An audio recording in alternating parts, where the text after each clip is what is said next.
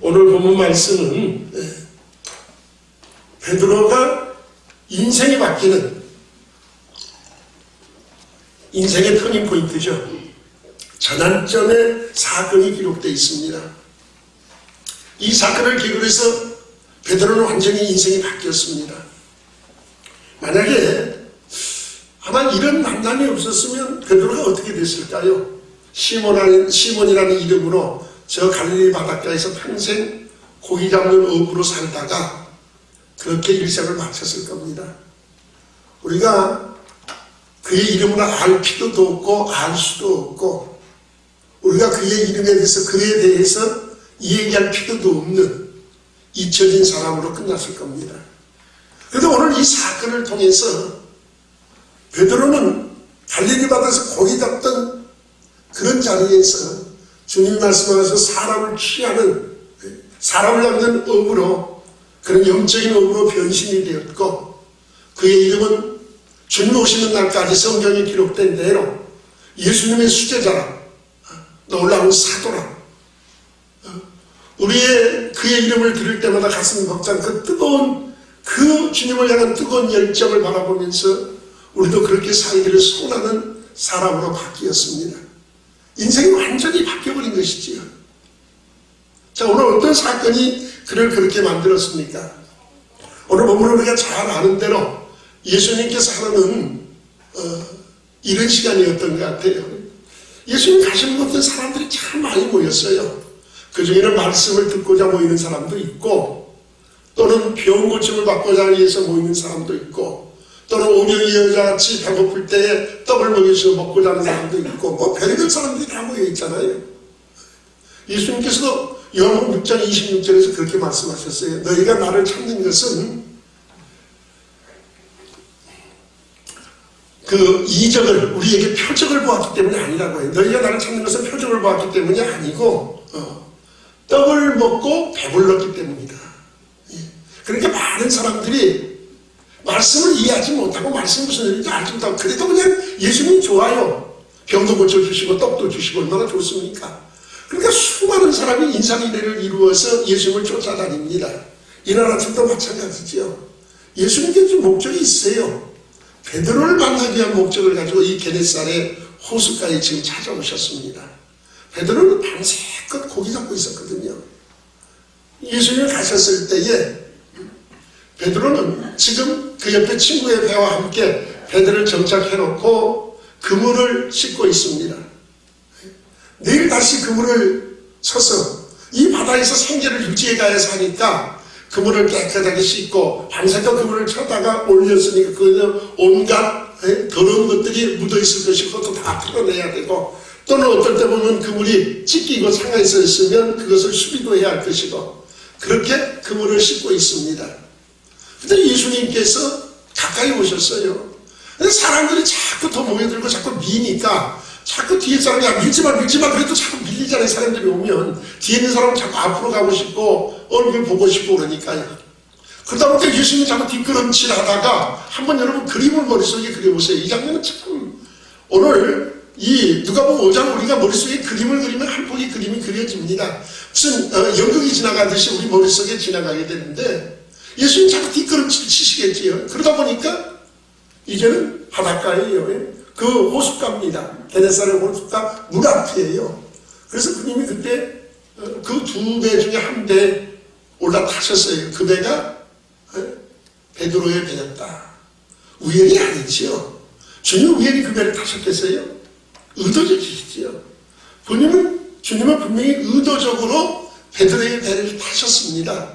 그리고 베드로에게 배를 조금 띄워달랍니다. 육지에 좀 띄워라. 그래서 베드로가 그 말씀에 순종해서 배를 띄웁니다. 자, 이 장면을 보면서 많은 사람들이 예수님께서 예수님과 베드로가 처음 만나는구나. 근데 예수님과 베드로가 처음 만나는 장면이 아니에요. 또 많은 사람들이 이 본문을 읽으면서 마태복음과 마가복음과 같이 생각하면서 조금 오해를 하는 경우가 있어요. 마태복음에도 마가복음에도 이 사건이 기록되어 있습니다. 그런데 다르습니다. 그때의 사건은 달라요. 예수님께서 예를 들면 오전에 4절에 깊은 들어가서 그물을 던지라는데 마태오나 마가는 뭐라고 합니까? 배 오른편에 던지라고 해요. 예. 왜 이렇게 기록이 다른가? 같은 사건을. 이 사건은 같은 사건이 아닙니다. 예. 다른 사건이에요. 전통적으로 학자들은 이 두 사건을 마태복음과 마가복음에 기록된 사건과 누가복음에 기록된 사건을 다른 사건으로 봅니다. 똑같은 사건이 아니에요. 그러니까 조금 다를 수밖에 없지. 지금 오늘은 예수님이 베드로를 찾아오신 누가복음의 사건을 우리는 말하고 있습니다. 자, 그러면 예수님과 베드로가 지금 처음 배 위에서 만나는 이런 장면인데, 사실 예수님과 베드로가 처음 만난 건 아니죠. 바로 이 앞장인 4장에 어떤 사건이 있었습니까? 예수님께서 천국을 가르치시고 말씀하신 가운데 병든 자를 고치시고 귀신을 내쫓으시고 사람들이 깜짝 놀라고 두려워하고 하는 역사 가운데에서 베드로의 집에 들어가십니다.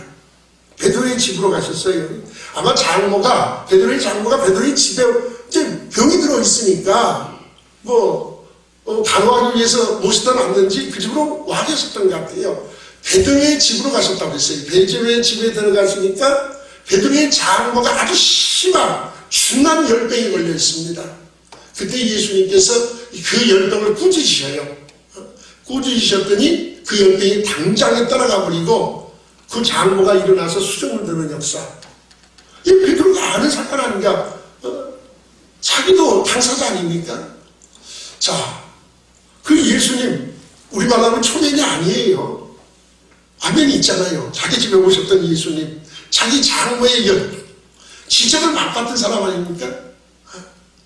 모든 사람이 병난다, 귀신됐다, 긴가민가 했을지 몰라도 그 예수님이 자기 집에 들어오셔서 자기의 장모가 곧 죽어가는 정말 중한 열병에 끙끙 앓고 오늘인가 내일인가 급박한 상황인데 그 예수님 말씀하셔서 내쫓으시니까 병이 당장 나서버리는 그렇게 끙끙 앓고 꼼짝을 못하고 죽을 것 같은 사람이 일어나서 수정되는 모습을 봤을 때 얼마나 놀랐겠습니까? 이 체험이, 이 경험이 있는 사람이에요. 그런데 예수님과 만남이 있었던 사람입니다. 모르겠어요. 자, 예수님께서 여러분 같으면 어때요? 여러분 지금 밤새껏 고기 잡다 못 잡고 말이에요. 얼마나 신경질 나요. 얼마나 열받아요. 그리고 그물 쓰고 있는데 배에 타는 느닷없이 아무도 모르는 사람이 배에 탁 타더니 배를 좀 띄우라고. 그 쉽게 이해 그러겠어요? 죄송해요. 입이 그런 사람은 쌍시옷자 나오죠. 입이 그러면 쌍시옷자 나와요, 당장에. 근데 베드로가 얼마나 성질이 급한 사람이, 우리가 성경을 통해서 베드로의 급한 성격을 잘 알고 있잖아요. 그런데 모르지요. 예수님의 은혜를 얻었잖아요. 자기 장모의 병, 고침받을 수 없는 죽어가는 사람이 살아나는 역사, 자기가 경험했고 체험해서 그런지 예수님의 은혜를 입어서 그런지 배를 뚫으니까 순순히 띄워줘요. 예, 그리고 배를 띄웁니다. 그리고 베드로의 생각은 지금 예수님이 어떤 분으로 생각하고 있습니까? 자, 5절 말씀 한번 보십시다. 5절. 예수님께 대해서 베드로가 가진 생각은 무슨 생각인가 한번 보십시다. 자, 5절 앞에만 보면 시작. 시몬이 대답하여 가로되 누구라고요? 선생이라고 생각해요. 무슨 얘기입니까? 베드로의 입장에서 봤을 때에, 자, 자기 집에 와서 자기 장모의 열병을 고치셨어요. 아, 저분은 훌륭한 선생님, 랍비라고 생각하는 거죠. 랍비. 훌륭한 랍비. 아, 하나님의 나라를 가르치는 훌륭한 랍비로구나. 아, 능력이 많으신 랍비로구나. 엄청난 능력이 있어서 귀신도 명하니까 귀신 쫓겨나고 열병이 고쳐지기도 하고, 내 눈으로 봤잖아요. 우리 집에서 있었던 경험의 역사잖아요. 야, 저분은 대단한 선생님이셔. 랍비요. 랍비. 선생으로 알고 있어요.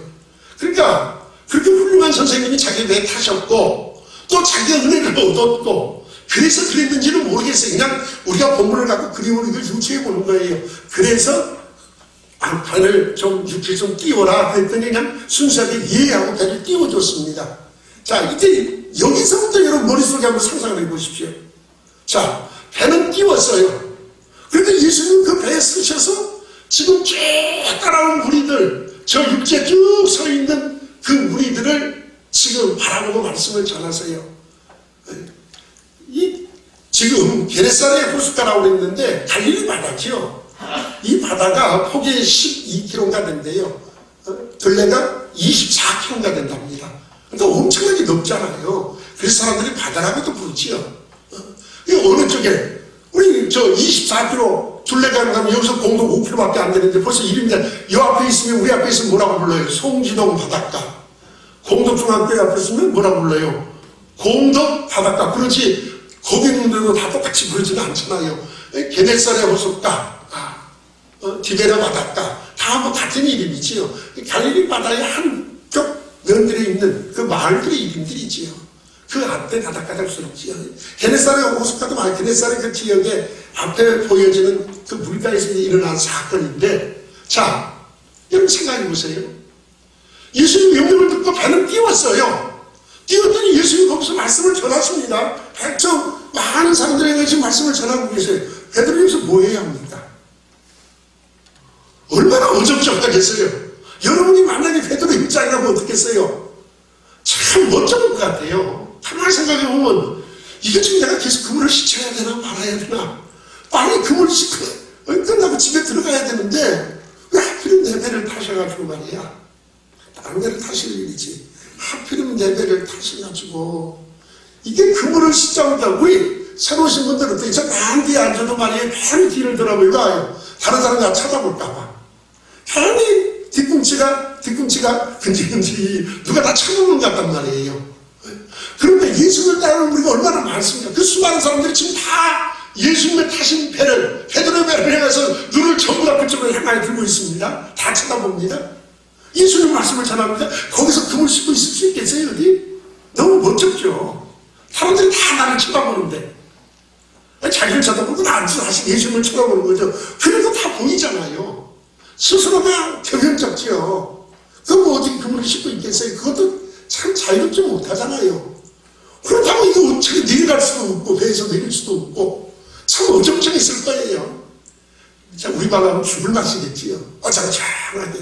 생각해보세요. 처음부터 예수님 따라가고 말씀을 듣는 그 머릿속에서 말씀 듣는 사람 속에 있었어야죠. 근데 자기는 거기 가보지도 않았어요. 가지도 않고 따로 지금 자꾸 고기 잡고 있었어요. 그런 선생님 자기 배에 타더니 말이에요. 자기가 아는 참 훌륭하신 납비께서 우리 장모의 병을 고쳐주신 저 훌륭한 납비께서 내 배에 탔을 때 배를 띄우라고 하니까 띄우기를 했어요. 그런데 이게 문제가 생겼는데 모두가 나를 쳐다보는 것 같고 참 어정쩡해요. 해도 할 수 있는 게 뭐가 있겠어요. 그러니까 그냥 주저앉아서 에라 모르겠다. 무슨 말씀을 했냐, 처음부터 뭐 들으려고 했지 안 했을지도 몰라요. 그런데 이제 자꾸 시간이 필요한 말씀을 하니까 원하든 원하지 않든 어떻게 돼요? 말씀이 어떻게 하기 시작할까요? 들려지기 시작하는 거죠. 그 말씀을 듣는 거예요. 다분히 예수님을 의도적이시죠, 지금. 예수님이 베드로를 찾아가서 제일 먼저 하신 일은 뭡니까? 말씀을 듣게 하시는 일이에요. 말씀을 듣게 하고 계십니다. 지금 그분에서 말씀을 전하세요. 말씀을 듣게 만들고 있어요. 그거 원하든 원치 않냐든 말씀을 듣게. 이게 예수님의 의도가 이 속에 숨겨져 있죠. 말씀을 듣게 만들어요. 오늘 우리도 마찬가지예요. 내가 원하든 원하지 않든 말씀을 듣는 일이 우리에게는 얼마나 중요한가. 우리 인생을 바꾸는 역사가 이 속에서 일어나기 때문에 너무너무 중요한 일이에요. 말씀을 듣게 하십니다. 꼼짝없이 말씀을 가만히 다 듣고 있어요. 자, 말씀을 다 듣고 난 다음에 예수님께서 베드로에게 4절에 깊은 데에서 그물을 내리라고 하십니다. 그래서 가서 그물을 내렸더니 이에 말씀대로 내가 그물을 내치겠습니다. 그래서 그물을 쳤어요. 그랬더니 고기가 얼마나 많이 잡혔든지 자기 배에 다 담을 수가 없어요. 2배, 친구 배까지 앞에 원래 2배가 있었잖아요. 그 친구 배예요. 그 동업자인 친구 배 불러서 2배에 꽉 2배가 만선이에요. 어부의 평생서원이 뭐예요? 만선 한번 해보는 게 평생서원이에요.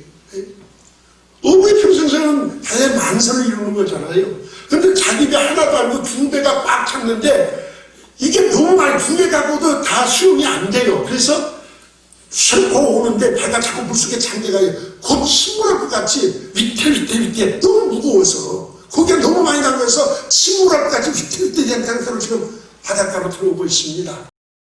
해변가로 들어오고 있어요. 엄청난 사건이죠. 춤을 춰야 되잖아요. 내가 어부 생활하면서 만선을 이뤘다, 만선을 이뤘다. 그것도 한 배가 아니고 2배씩이나 2배에 가득 채웠다. 우리 같으면 어떻게, 주님 감사합니다. 시간 되시면 한 번 더 오셔서 또 한 번 말씀해 주시죠. 한 번 더 가르쳐 주시면 아파트 한 채 살 텐데. 아니, 저 큰 배에 거기에 한 번 만선 이루면 아파트 산대요. 그 옛날에 그 속초 그 무슨 그 집사님인가 그 간증에 그런 게 나와요. 그물을 쭉 쳤는데 하나님 자신이라고 볼 수밖에 없는 것이, 다 그물을 치고 가운데만 딱 비어서 맨 끝에 자기 그물이 있는데, 그 고기들이 절대로 그렇게 가는 고기에서 이렇게 앉았는데 일자로 똑바로 줄을 서서 자기 그물에만 속도로 왔대. 다른 건 다 비어있는데. 교회 지으려고 겁없이 그 교회 내가 짓겠습니다 했더니 하나님 도와주시다. 그 간증을 어느 분이 생각이 잘 안 나는데, 자, 이 놀라운 역사가 일어났어요. 그런데 베드로는 이 장면을 보면서 엉뚱한 얘기를 합니다. 주여 나를 떠나서 나는 죄인입니다. 그런 베드로에게 내가 이후로는 사람을 취하리라, 사람을 악나 그가 되겠다고 말씀하시고, 아니 그렇게 어려운 만서, 한 배도 아니고 두 배로 만서 있는데 그걸 다 버려놓고 예수님을 따라갔다. 이게 오늘 본문의 전체 내용에 잘하는 내용이지요. 이 말씀 속에서 오늘 우리에게 깨닫게 하시고자 하는 게 뭘까요? 자, 예수님께서 베드로에게 말씀하시면서 말씀을 듣게 하셨습니다. 꼼짝없이 지금 말씀을 듣고 있습니다. 왜 예수님께서 베드로에게 말씀을 듣게 하셨을까요? 믿음은 어디서 나옵니까? 예? 들음에서 나와요. 뭘 들을 때요? 예? 그리스도의 말씀이에요. 예? 믿음은 들은 그리스도의 말씀으로 말미암는 겁니다. 로마서 10장 17절에 그러셨잖아요. 예? 자, 이 말씀을 듣게 하셨어요. 그리고 말씀을 듣게 하신 이유가 어디에 있을까? 오늘 우리에게도 주님이 자꾸 말씀을 들으라고 하십니다. 말씀을 우리가 들어야 할 이유가 어디 있습니까? 자, 예수님 말씀을 우리에게 설명하실 때 뭐로 설명하셨습니까? 씨로, 씨앗으로 설명하셨어요.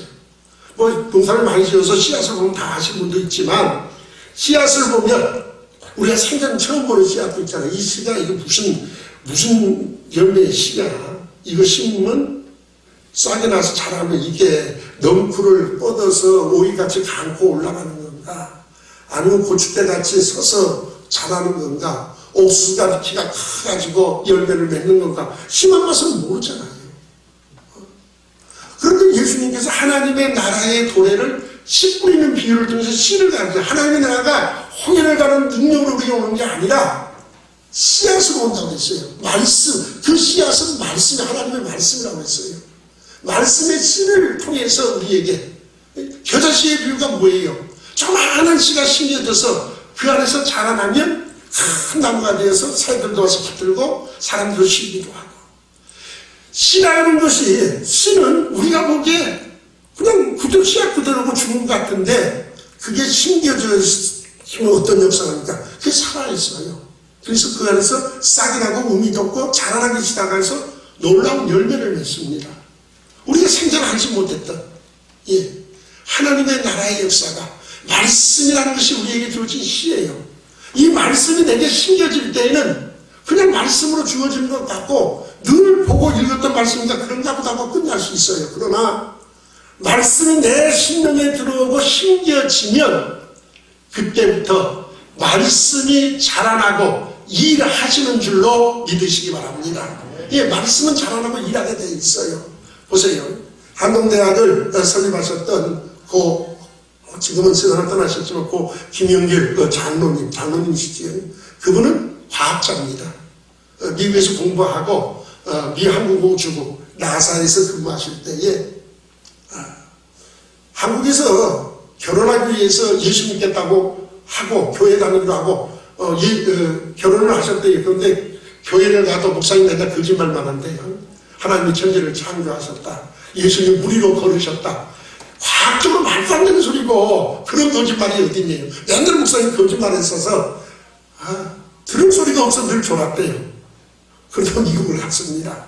그리고 미국에서 항공우주에 근무를 하게 되었는데 그분은 세계적인 학자니까요. 과학자니까 근무를 하는데 하루는 동료들이 우르르 몰려가더래요. 그래서 어디 가냐고 물으니까 성경 공부하러 간다고 그래요. 그래서 엄청나게 충격을 받았답니다. 세상에 세계 최고의 인류, 과학자들, 나사에 모이는 과학자들은 최고의 과학자들, 세계 최고의 과학자라고 해야 할 사람들이잖아요. 그런 사람들이 성경을 공부하러 모인다니까 이게 무슨 얘기냐, 이게 말도 안 되는 소리를 한다고. 근데 동료들이 당신도 따라가겠느냐고. 근데 혼자 거기 앉아있기도 그러고 그래서 딱 간다고 따라갔답니다. 따라가서 성경 공부를 하기 시작했을 때요.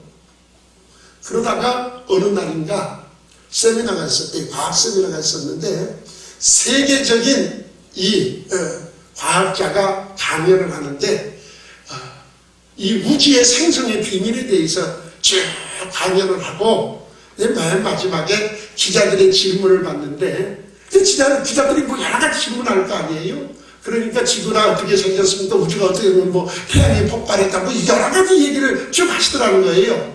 그러니까 그 기자 중에 하나가 박사님 그러면 그 태양은 언제 어떻게 생긴 겁니까? 그럼 도대체가 그랬더니 그분의 대답이 너무너무 놀라운 얘기를 하더라는 거예요.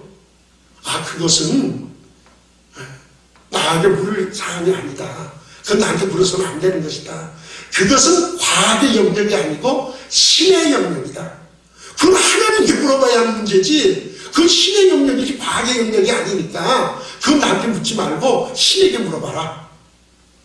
너무 충격을 받았다는 거예요. 과학자 입에서 세계 최고의 과학자 입에서 이런 얘기가 나오면 좀 꿈에도 생각 못했는데 그리고 돌아와서 예전같이 똑같이 근무하고 그러신 동안에 성경 공부하는데 어느 날인가 가슴 속에 뜨거운 막 그 열이 올라오는데 그때 마음속에 확 차고 들어오는 것이 뭐냐면 창세기 1장 1절. 우리 성경을 피면 제일 먼저 나오는 게 창세기 1장 1절 아닙니까? 뭡니까? 창세기 1장 1절이 태초에 하나님이 천지를 창조하십니다. 과학자이면서는 믿어지지 않는 있을 수 없는 얘기라는 거예요. 무슨 재료 가지고 어떻게 언제 아무것도 없잖아요. 그냥 선포하십니다. 하나님 태초에 하나님 천지를 창조하시다고 선언하셨습니다. 그 말이 한 번도 믿어진 적이 없었다는 거예요.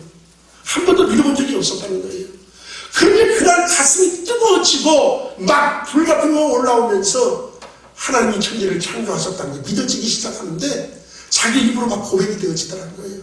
하나님이 천지를 창조하셨습니다. 이것이 가슴에서 믿어지기 시작하는데 그 말씀이 믿어지니까요. 놀랍게도 그 다음부터 요한복음 2장 가나의 혼인장에서 물로 포도주를 만든다. 과학적으로 있을 수 없는 얘기라는 거예요. 어떤 화학반응도 없이 말이에요. 물 가지고 무슨 포도주가 되느냐. 그런데 아니 말씀 한마디로 천지를 창조하신 하나님께서 그까지 물로 포도주 만드는 게 무슨 문제가 되냐고요. 예수님 물로 걸어오셨다. 아니 말씀으로 천지를 창조하신 분이 물 걷는 게 뭐가 이상한 일이 하나도 이상한 일이 성경을 지금까지는 전부 다 믿을 수 없는 책으로 봤는데 성경이 다 믿어지더라는 거예요. 그래서 한국에 돌아오실 때에 부인을 위한 선물을 가지고 왔는데 뭘 갖고 왔을까요? 세례증명서 갖고 왔답니다.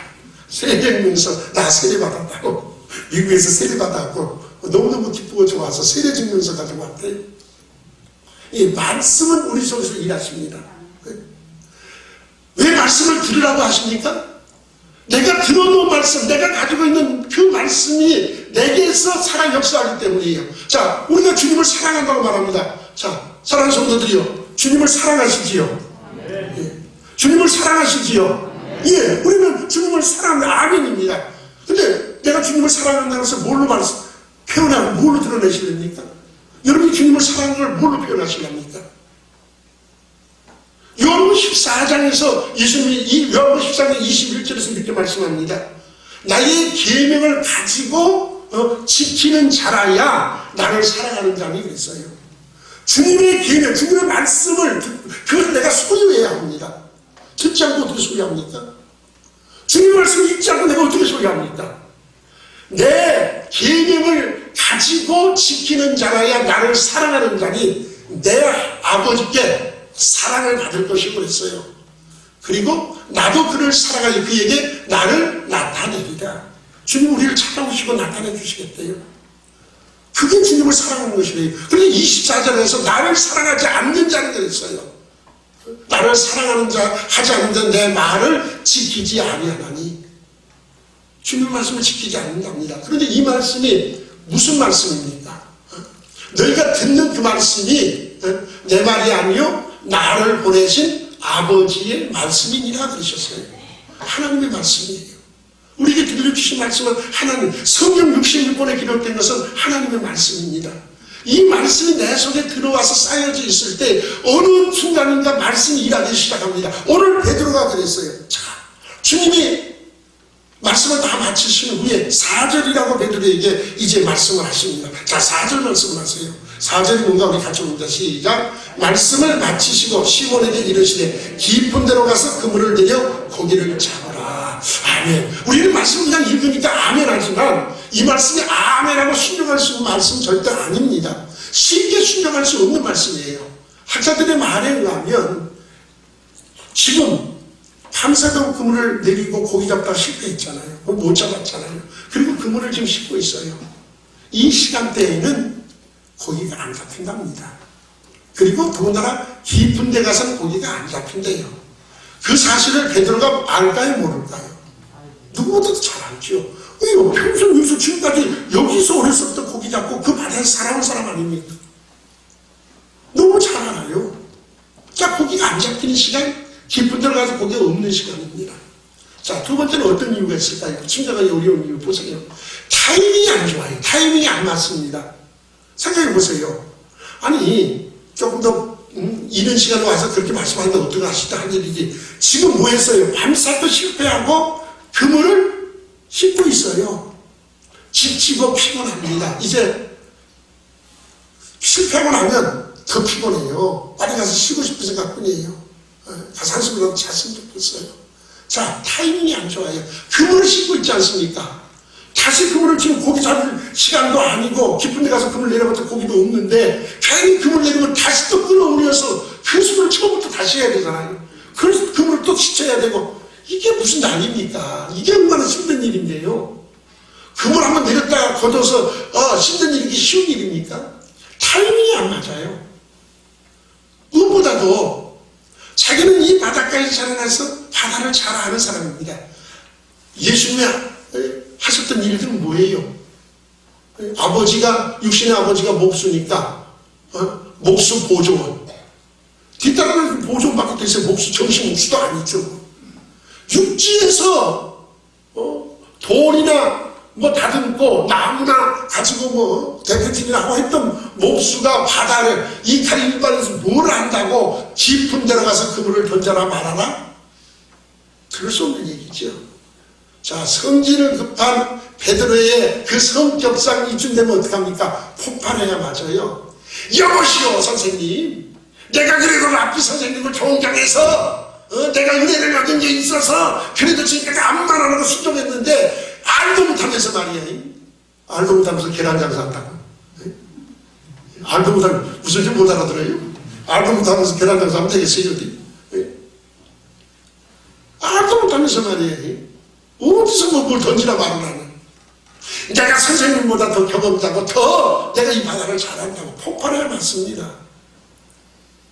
그런데 놀랍게도 폭발은 안 해요. 그리고 5절이라고 말을 합니다. 자, 5절 말씀 보십시다. 뭐라고 말하는가? 5절을 들어봅니다. 시작. 시몬이 대답하여 가로되 선생이여, 우리들이 밤이 맞도록 수고를 하였을 때 얻은 것이 없지만은 말씀에 의지하여 내가 그물을 기적이요? 이게 기적이에요. 아니, 밤새도록 고생하고 헛수고해서 얻은 것이 없는데 뭐해서요? 말씀에 의지해서. 오늘 본문을 선생님들은 말씀에 의지해서라고 썼습니다만은 헬라어 성경에는 원어에는 의지해서란 말이 없습니다. 말씀에 의지해서. 우리가 말씀에 의지한다, 주님을 의지한다, 그게 뭐예요? 믿음의 표현 아닙니까? 우리가 믿음이 있어서 믿음으로 우리가 말씀에 의지하고, 그런데 그 표현이 없어요. 원어 성경에는요. 그리고 표준성경 번역이나 킹제임스 버전에 보면 뭐라고 해놨냐면 이 번역을 말씀을 따라서, 그냥 선생님이 말씀하시니까, 말씀을 따라서 말씀하시니까요, 그렇게 번역해놨어요. 그 번역이 더 가까워요. 의지해란 말이 없어요. 믿음으로 하는 행동이 아니에요. 자, 믿음으로 하는 게 아니라 주인 선생님께서 내게 명령하시니까, 말씀하시니까 내가 지치고 힘들고 어렵고 할 수 없지만 그냥 말씀하고 하라고 하시니까 하겠습니다. 이 정도입니다. 억지 춘향이라고 우리는 그렇게 말하는가요? 억지 순종이죠. 자, 믿음이 있어서가 아니에요. 아직 베드로에게 그만한 믿음이 없어요. 그러니까 지금 베드로는 예수님께 대해서 뭐라고 말합니까? 선생이요 그래요. 랍비예요, 랍비. 선생이요. 주님이 아닙니다. 예수님이 누구신지도 몰라요, 제대로. 그냥 선생님, 정정한 랍비, 뭐 그 정도예요. 랍비께서, 정정은 내 장본을 고쳐주신 그 선생님께서 내게 말씀하시니까 그냥 그 말씀 따라서 내가 그냥 그걸 내리겠습니다. 여러분, 우리가 믿음이 없어요. 그 말씀을 듣고 뜨거운 믿음이 우리 속에 안 생겨나고 아무것도 없는 것 같지만 말씀을 들어놓으면 그 말씀이 내 속에서 말씀 자체가 일하시는 줄로 믿으시기 바랍니다. 오늘 베드로의 가슴 속에서 지금 배에 조금 앉아서 들었던 그 말씀이 일하시는 거예요. 베드로 자신에게는 그만한 믿음이 없습니다. 그러나 들었던 그 말씀이 베드로를 붙들고 지금 순종하게 만들고 있어요. 이게 기적 아닙니까? 내 속에는 그럴 만한 믿음이 없습니다. 나는 그것을 알지도 못합니다. 그러나 내가 하나님의 말씀을 가까이 하고 그 말씀을 듣고 내 것으로 소유하고 말씀을 붙들고 몸부림치고 있을 때에 말씀이 나를 이끌어 가시고 나로 하여금 할 수 있고 순종하게 만드는 줄로 믿으시기 바랍니다. 이것이 하나님의 말씀의 능력이에요. 내가 믿음이 있어서가 아닙니다. 그러니까 여러분 무조건 말씀대로 듣고 그냥 내가 이해하지 못해도 내가 경험하지 못했어도 그 말씀의 뜻이 무엇인지 몰라도 순종하면 역사는 누가 하십니까? 내 안에 들어와 계시는 하나님의 말씀이 일하시는 줄로 믿으시기 바랍니다. 말씀이 일하시는 거예요. 내가 하는 게 아닙니다. 내가 믿음이 있어 순종하는 게 아닙니다. 말씀이 나를 알고 순종하게끔 만들고 있어요. 폭발해야 할 시간이 폭발이 아니라 말씀을 따라서 그렇게 하겠습니다. 순종이 나와요. 생각지 못했던 순종이 나옵니다. 나는 알지도 못했어요. 그것이 무슨 내용이다. 왜 깊은 들어가서 그러면 거기도 없는데 왜 기분을. 그러나 그 의심하지 않았어요. 그거 뭐 이루어져 따질 것도 없었어요. 그냥 선생님이 하라니까 그걸 해보겠습니다. 나는 그냥 단순히 그랬는데 말씀 가라고 하고 싶은 마음 강력하게 할 수밖에 없는 순종할 수밖에 없는 심령을 내게 심어주고 강력하게 역사하여 주셔서 예 순종하겠습니다. 예 그렇게 하겠습니다. 그래서 우리가 말씀을 듣는 게 중요해요. 2021년 한 해 동안 여러분 이 험악한 세상 이 질병으로 어떤 일들을 우리가 이 코로나 후의 시대에 어떤 역사를 만나는지 모릅니다. 그러나 이것이 우리에게 손해되고 우리를 안타까운 일로 끝나버리면 무슨 소용이 있겠습니까? 이 고난의 순간들이 도리어 말씀을 가까이 하고 하나님의 말씀을 우리 가슴에 담는 기회를 삼으셔서 우리 인생의 터닝 포인트들이 체험되는 역사가 일어나시기를 주의 이름으로 축원합니다. 이게 오늘 우리에게 필요한 역사 아닙니까? 무엇으로 그렇게 하시렵니까? 말씀이 없으면 전혀 우리가 할 수 없어요. 지난주에 말씀드렸잖아요. 하나님 말씀이 우리에게 숨겨져 버리면 우리는 기차만 자가 되어질 수밖에 없어요. 말씀이 내게 숨겨져서는 안 됩니다. 늘 말씀이 내 앞에서 역사하시고 나를 이끌고 가실 수 있도록 그 말씀에 대해서 살아 역사해야 돼요. 양식이 없어 주림이 아니요 물이 없어 가람이 아니요 여호와의 말씀 듣지 못하는 기다리라. 아모스 8장 11절의 말씀에 보라 때가 이르리라. 내가 기근을 세상에 보내리니 주님이 기근을 보내시겠다고 했어요. 양식이 없어 주림이 아니요 물이 없어 가람이 아니요 여호와의 말씀을 듣지 못하는 기다리라고 했어요. 사람이 떡으로만 살 것이 아니요 오직 하나님의 입으로 나오는 모든 말씀을 산다고 했습니다. 우리를 살리는 건 말씀이에요. 말씀이 우리 속에서 역사하기 시작하니까 자 말씀대로 그물을 내렸더니 고기가 너무 많이 잡혀서 2배를 이루었어요. 2배 꽉 차서 만세를 불러야 합니다. 얼마나 감사합니까? 아이고 선생님 다음에 한 번만 더 가르쳐주세요. 아파트 한 집 장만하게 해요. 그래야 됩니다. 그런데 베드로의 고백이 뭐라고 나옵니까? 그것 때문에 기쁜 게 아니에요. 2배를 얻은 것 때문에 그는 놀랐어요. 왜 놀랐습니까? 8절 말씀 봅니다. 자, 이걸 보고 놀라는 8절 같습니다. 시작. 시몬 베드로가 이를 보고 예수의 무릎 아래 엎드려 가로되 주여 나를 떠나소서 나는 죄인이라. 예, 주여 나를 떠나소서. 자, 호칭이 바뀌었습니다. 지금까지 누구였습니까? 랍비였어요. 선생님, 랍비였어요. 그런데 그 호칭이 뭐라고 바뀌었습니까? 주여. 주가 누구예요? 주님이에요. 주님. 예, 주인이에요. 두 배의 고기 잡힌 것을 보고 놀라고 그것 때문에 기뻐 춤을 춘 게 아니라 그 장면을 봤을 때 그가 가슴속에 그 말씀이 그를 붙들고 역사하고 눈을 열어주신데 무엇이 보여주기 시작합니까? 예수 그리스도가 누구인지가 발견되기 시작하더라고요. 그분이 생명의 주인인 것이 발견되기 시작해요. 내 주인이라는 것이 알려지기 시작하더라고요. 그분이 나를 위하여 구속자가 되시기 위해서 구세주가 되기 위해서 이 땅에 나를 위하여 오신 구세주라는 것이 보여지고 믿어지기 시작하더라고요. 호칭이 바뀌기 시작합니다. 주님, 주님. 영광스러운 주님의 모습이 보여지기 시작하고 깨달아지기 시작하니까 그때 일어나는 현상이 뭡니까? 내가 누구인지를 발견하게 됩니다. 내 모습을 발견하게 돼요. 자, 바울 사도가 고린도후서 4장 6절에서 이렇게 말합니다. 어두운 데서 빛이 비추려 하시던 그 하나님께서 예수 그리스도의 얼굴에 있는 하나님의 영광을 아는 빛을 우리 마음에 비추게 하셨느니라.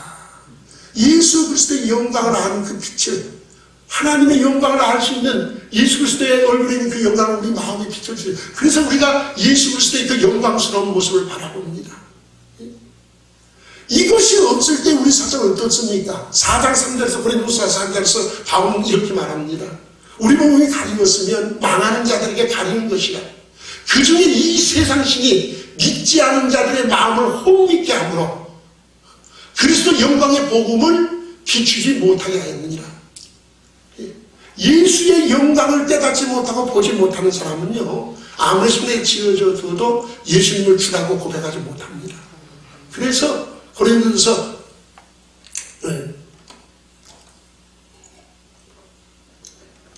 고린도후서 12장에서 고린도 전서 12장 1절에서 누구든지 성령을 아니하고 예수를 주시할 수 없다고 했어요. 그 영광의 빛이 내게 비춰지려면 내가 주인 된 것을 못 깨닫습니다. 사단이 마음을 어둡게 해버리니까, 그 마음을 혼미케 해버리니까, 예수 그리스도의 영광의 빛을 우리 마음에 못 받아들이니까 내가 누군지를 몰라요. 그러니까 우리는 다른 사람이 주인인 것을 알아요. 내가 주인인 것을 모릅니다. 누가복음 7장 말씀을 36절 이하에 예수님께서 그 시몬이라고는 그 바리새인의 집에 초청을 받아서 식사를 하셨어요. 그때에 그 집에 계실 때 한 여자가, 초대받지 못한 여자가 뭐 하나 하나를 품에 안고 예수님을 찾아옵니다. 그리고 그 앞에 서서 눈물을 흘리는데 앉기도 전에 눈물이 쏟아져서 예수님 발을 적시고 깜짝 놀라서 이 여자가 앉아서 자기 머리털로 그 발을 닦아내고 향유를 붓고 합니다. 그때 예수님을 초대했던 시몬이 뭐라고 말합니까? 자기 마음속에 뭐라고 합니까? 내가 사람 잘못 봤네. 아이고, 내가 이분이 선지자인 줄 알고 초대했더니 선지자 아닌가네요. 왜요? 이분이 진짜 선지자였으면 자기 앞에 지금 울고불고 엎드려서 저야당하는 여자가 누구인 줄, 죄인인 줄 알았을 건데 그거 모르는 선지자 아닌가 봐. 그때 예수님이 뭐라고 말합니까? 시몬아, 그러면서 빚진 자에게 50대나 500대나 빚진 자에게 얘기하면서 두 사람 다 탕감해. 누가 더 살아가겠냐? 많이 탕감받은 사람이 많이 살아가겠죠. 그래, 내 말이 옳다. 너는 내가 네 집에 왔을 때 물도 안 줬잖냐? 발식은 물도 안 줬잖냐? 내 머리에 무슨 기름이라도 발라봤느냐? 보세요. 저 여자가 죄인인 것은 압니다. 그런데 내가 용서받아야 할 죄인인 것은 본인은 못 깨닫고 있어요. 바리새인입니다. 죄가 있습니다.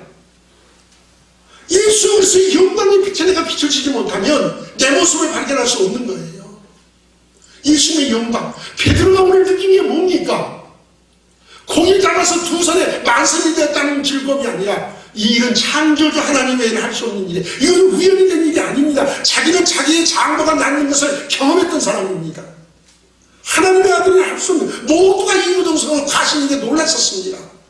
오늘 두 배가 만선되었던 이 사건은 이 시간에 배에 그분을 내려서 역사가 일어난다는 것은 창조주가 아니시면, 그분이 하나님의 아들이시면 일어날 수 없는 사건이라는 거예요. 그것을 발견하고 주님을 발견하고 나니까 내 초라한 모습이 보여지기 시작합니다. 주님, 나는 죄인이었소이다. 영광스러운 복음 앞에 나타났을 때 바울 사도가 됐어요. 디모데전서 1장 15절에서 뭐라고 합니다. 믿보다 모든 사람이 받을 만한 이 말이요, 그리스도 예수께서 죄인을 구원하시려고 세상에 오셨도다. 죄인 중에 내가 괴수로다. 디모데전서는 영광스러운 하나님의 복음의 영광 앞에서 서 있는 모습입니다. 그 밝은 빛 앞에서 나의 초라한 모습이 보여지기 시작하는 거예요. 말씀을 통해서 오는 역사입니다. 사랑하는 성도들이요, 이 말씀이 베드로 하여금 주님의 말씀 앞에 순종하는 것으로 끝난 것이 아니에요.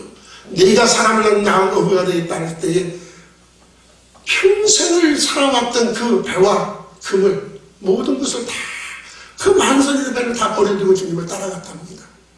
인생의 터닝 포인트를 만난 거예요.